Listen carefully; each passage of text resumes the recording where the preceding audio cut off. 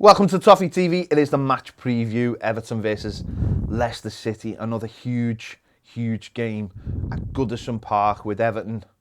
Well, Everton have the chance to open up a 6-point gap over Burnley if they can get 3 points in this game. Obviously, no game with the weekend baz. Burnley got a draw. And it's a big chance, isn't it? One of those big games now. Every game's going to be a big game. We're going to be talking about cup finals and everything. But this is a huge game, isn't it? 11. No, not well, you know. Yeah. No, I mean, we love celebrating the fact that we get semi-finals, but anyway, it's a different story. Yeah, huge game, huge opportunity to put that, that 6-point gap again. I mean, Burnley played the night after at home to Southampton. Anything could happen in that one, but it's all about trying to put pressure on teams like Burnley, make it, if Everton were to beat Leicester, we go 9 points ahead of Watford, and we go 6 points ahead of Burnley, and then obviously 2 points behind Leeds. Yeah. And that's, that drags Leeds United into it, and Everton do, of course, still have, Everton will be 2 points behind Leeds with a game in hand, which means that, obviously Leeds are right back in it, despite having had 3 wins or something on the run or whatever it was, or, that really good run of form. So it's a huge game for Everton. Just getting into that 30s with 7 games mentally, to play, mentally drags you closer to everyone. Okay, there was a couple of other sides, one at the weekend, and they're out to, Newcastle late winner, and obviously Brentford won, but that was a good result for Everton. So, we've just got to look at Leeds and Burnley now. That's who we're playing against, and this win here, and it'll be a tough game, but a win here would really put us right in that mix. Yeah, listen, for us, I think Leicester have played 3 times since we played our last game. So obviously there's going to be a fatigue factor for them. They got into the semi-final of the conference, UEFA conference. They played Newcastle Sunday.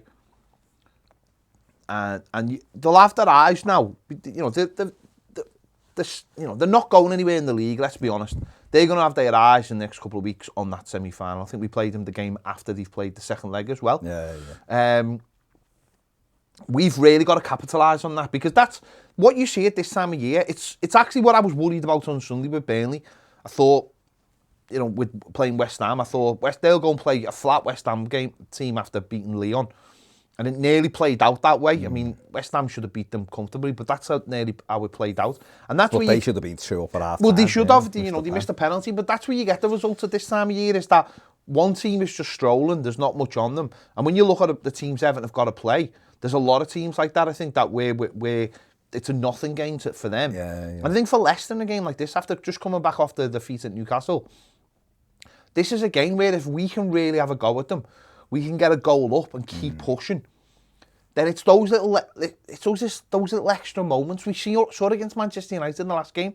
It's those extra moments where who wants it more? Did they really, if you're going in for a 50-50, did they really want it? Did they really want to pick up an injury ahead of a semi-final? Did they really want to dig in that? Have they got that little bit extra to dig in? And I think for this game it's huge. I think when we play them next time it's huge. I think when we play the likes of Brentford and Palace at home, they're big factors as well. So for me, we've got to go out and, like the United game, give everything, throwing ourselves left, right and centre, trying to get a goal up and just push and push and push, because push comes to shove. We will want to win this game more, and I think that can be a huge factor in the game. It can be a huge factor in quite a few of our games, that even the Chelsea game. Even the Chelsea game will be similar. Listen, they're a good side, but when it comes to the actual, what it means to the two teams who are playing each other, which one wants it more? And I think certainly on Wednesday that could be a big factor. Be huge, because like you said, Leicester on 40 points. They're not going, they're 9 points behind Wolves in 8th. They're not catching Wolves, and they're not dropping down the league. They might, the odd place. They'll win 2 or 3 games before the end of the season. They'll finish 9th, 10th. The Europa League conference for them now is the one that they want. It's a trophy. They're in the last 4 of that. So if you're playing in, and we'll get them into the Europa League next season. Europa League, which they're not going to do. Yeah. So for them, all eyes have got to be on that. It's a huge opportunity for them. A Premier League game when you're just about to play again.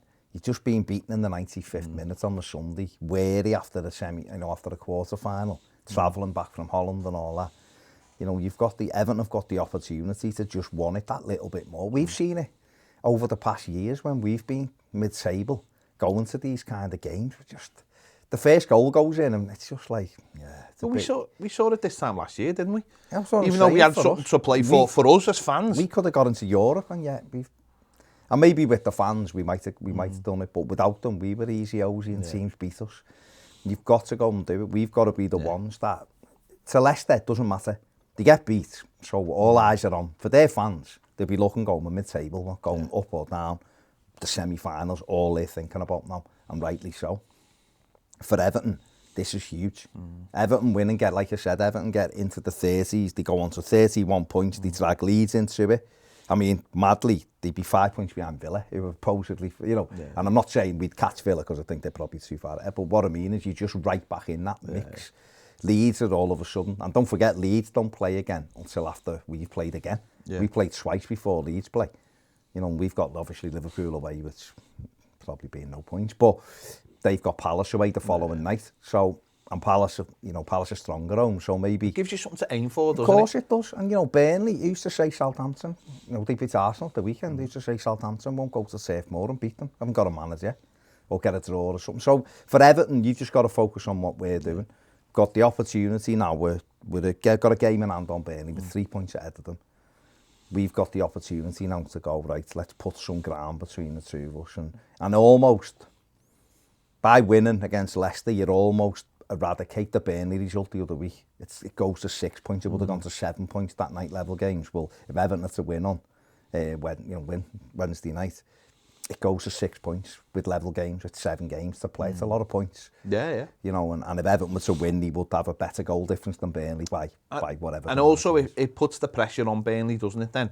It puts their next game, you know, being the Southampton game, becomes a must-win for them. It, you know, puts all that pressure on them, takes it off us. They've got 2 home games now. Yeah. Burnley, they've got Southampton at home, Wolves at home on Sunday. Could win both, they could lose both, because Wolves are strong.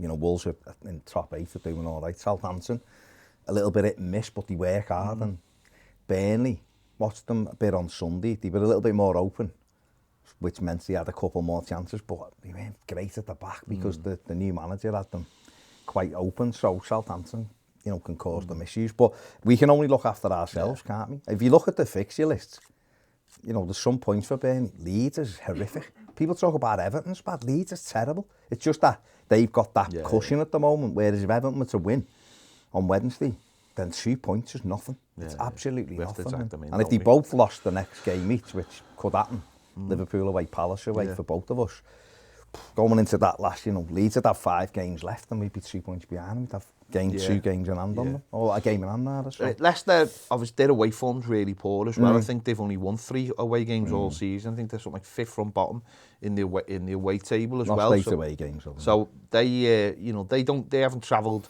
too well away. No. Obviously, at the weekend they got 95th minute winner for Newcastle for another one. And I imagine a lot of that comes down to the balancing act of being in, first of all, obviously doing the Europa League, when they dropped into the Conference League, and you know, it's always a balance act, especially if you play those away games and it's from the Thursday, Sunday. It's always a difficult one, that one. So they don't travel away. They, you know, we talk about our away record being poor. Theirs is not particularly great as well. So it's up to us again to punish them. You know, what we've seen is the nerves when you go away. You know, that thing of, funny enough, what Sean Dyche said, but these don't know how to win away from home. And we have to make it that as well as that. You know, get on top of them early in the game. Try and put a goal ahead, and then get that feeling for them going, away we go again. Do we have the reserves to come back?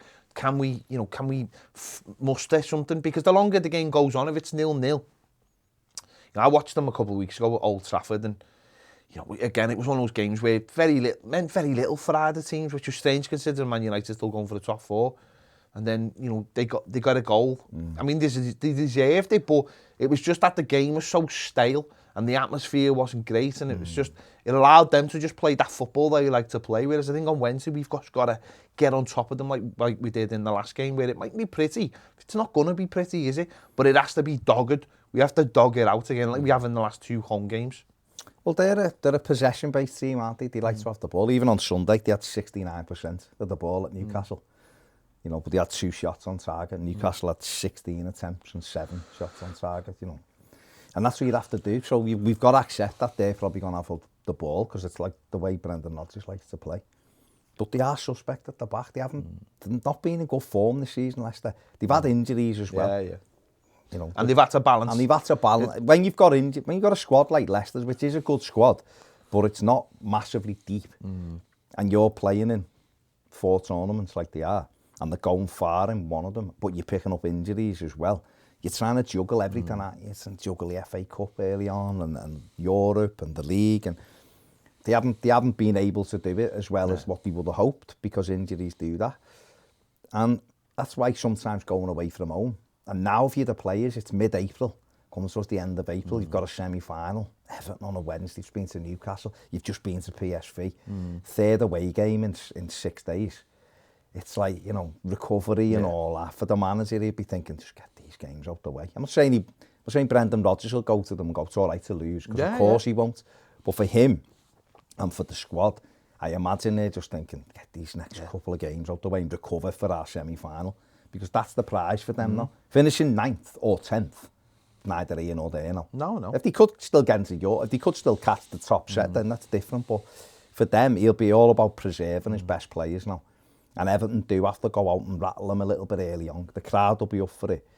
And we've seen, like I said before, we've seen it in these games that sometimes when the opposition want it a bit more with the crowd, you kind of just go, you get, you know, you end up losing the game 2-0 or something because the home team have just wanted it that little bit more and you haven't got the reserves to go again. And players do start thinking, oh, the big game, and then we've got that game coming up, you know, maybe not doing the hard yards. And this is where, you know, Everton run 11 kilometres or something more than United in the last game. They're going to have to do it again today. Forget about the derby on Sunday, it's irrelevant. The home games right now are the ones that'll keep Everton in the Premier. We can worry about the derby on Thursday or Friday, but just for tomorrow, the crowd and everyone has got to be at it. And if they are, Everton have got a good chance again. Let's just have a little look at Leicester's side that they've played against Newcastle. I think they made something like 9 changes for this game or something. It's just trying to thingy, isn't he? Trying to juggle everything. You know, got a Marty and Sunshu as the 2 centre backs. You know, Justin back in, Luke Thomas at left back, and then in midfield, you know, Lookman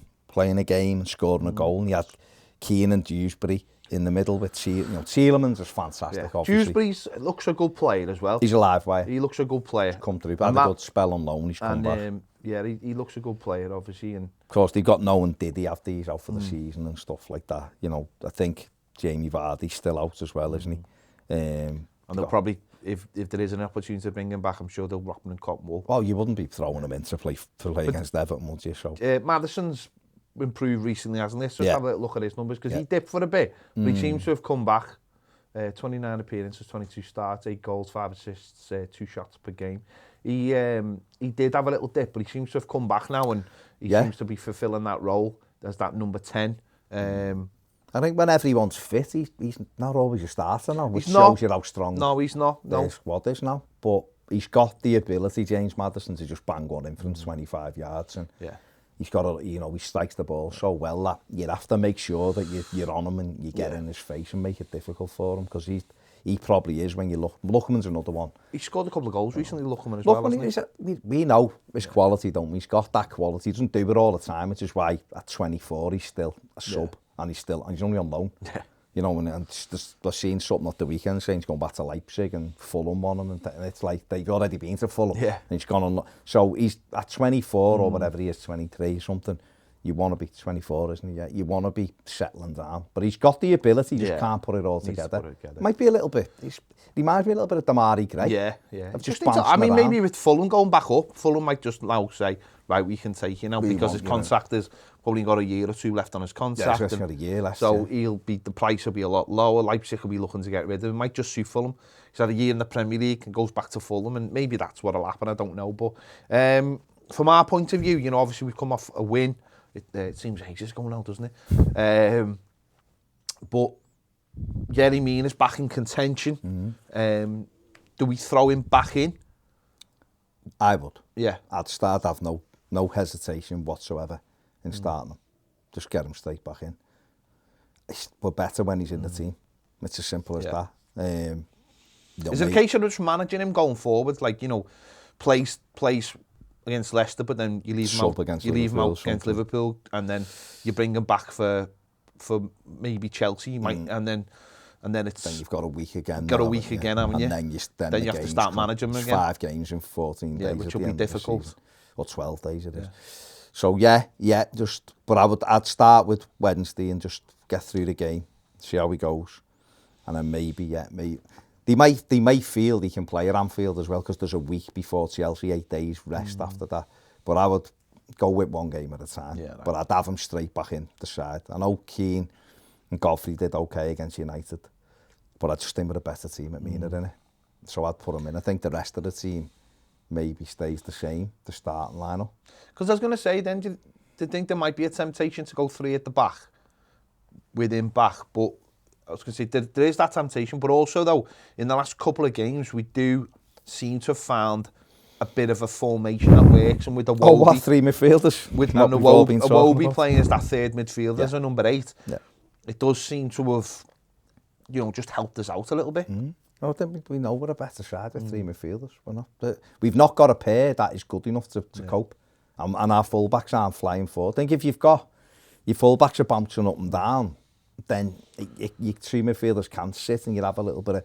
But we're not even having that. So when we play with 2, and our fullbacks don't go past the halfway line, then we're short up front. Whenever we do try to commit, we haven't got the legs to get back. So I think when he's tried the 3-4-3, like you said, the 2 midfielders aren't quick enough, whereas he's gone with 3 in the last 3 games. And even though we should have got more points than we've got, we've looked better balanced. Yeah, we look more of a team. It looks more of a workable formation anyway, and obviously, you know, obviously we'll have to look at who else is, you know, like Donny van der Beek's back. You've got the Corey there as well. I mean, don't get me wrong, I wouldn't be making too many changes for this game. Maybe, you know, Mina, if he is ready to go, then maybe, you know, I'd probably have him back in there. But it's so difficult, isn't it? Because you feel like you've got to wrap him in cotton wool all the time. I mean, last time he went out for a while was when he came back in the Arsenal game, when he got injured after 26, 27 minutes. So you've got to be very, very careful with him. Newcastle's the same, though, wasn't it? Yeah, but that's on after 10 minutes against Brentford. That's the way it goes, isn't it, with him? Unfortunately. If he stays fit for the last 8 games, I think we've got a great chance. Yeah. We'll have to see. We'll see what happens anyway. Yeah. There you go. Let us know your thoughts in the comments on this one. Obviously, it's another big game at Goodison Park, and it's, again, opportunity for the fans to do their part during the game, before the game, and hopefully we get the 3 points out of it and get us a little bit closer to where we want to be, where we need to be. Let us know your thoughts in the comments. Make sure to give this video a like, and if you want more videos, daily live videos, join us over on Patreon. The link is in the description. It's on the screen now. See you later.